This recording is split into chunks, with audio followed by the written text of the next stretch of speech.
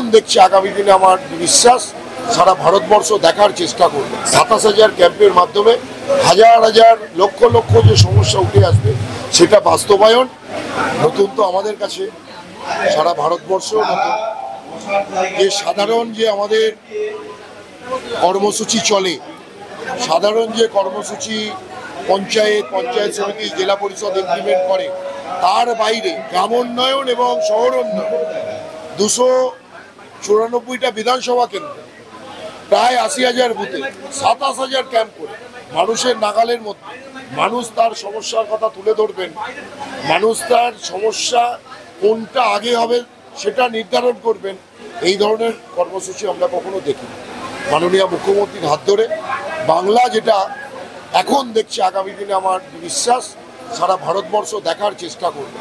তাই এই ২৭,০০০ ক্যাম্পের মাধ্যমে হাজার হাজার লক্ষ লক্ষ যে সমস্যা উঠে আসবে সেটা বাস্তবায়ন দীর্ঘ ৫ বছর ধরে নয়, আগামী ১৫ই নভেম্বরের পর থেকে সেই কাজ শুরু হবে।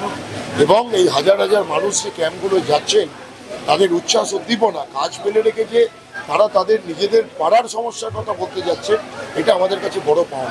আমরা বুঝতে পারতাম না এই ক্যাম্প না হলে যে মানুষ কতটা মানুষ নিজের পাড়াকে ভালোবাসে, নিজের পাড়ার উন্নয়ন চায়, পাড়ার কথা বলতে চায়। সেই বলার জায়গা একটা মমতা বন্দ্যোপাধ্যায় মাননীয় মুখ্যমন্ত্রী এই আমাদের পাড়া আমাদের সমাধান কর্মসূচির মধ্য দিয়ে মানুষকে সেই সুযোগ করে দিয়েছে। আমরা মাননীয় মুখ্যমন্ত্রীকে কৃতজ্ঞতা জানাচ্ছি যে আমাদের এই ঐতিহাসিক প্রেক্ষাপটের সাক্ষী থাকার তিনি সুযোগ করে দিয়েছেন। নিশ্চিতভাবে মুখ্যমন্ত্রী কী করেন আপনারা জানেন, বন্যা দুর্যোগ নিজে অতন্ত্র প্রহরীর মতো সারা বাংলা জুড়ে সারা বাংলার মানুষের কথা চিন্তা করেন। তাই কোনো বৈষম্য করে নয়।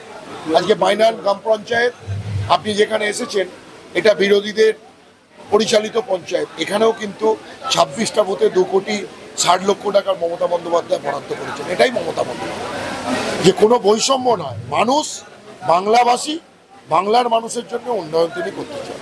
তাই আমরা উন্নয়নের ক্ষেত্রে পঞ্চায়েত সমিতি, জেলা প্রশাসন, রাজ্য সরকার সবাই একসঙ্গে বাংলার উন্নয়নের কাজের জন্য আমরা সংঘবদ্ধ।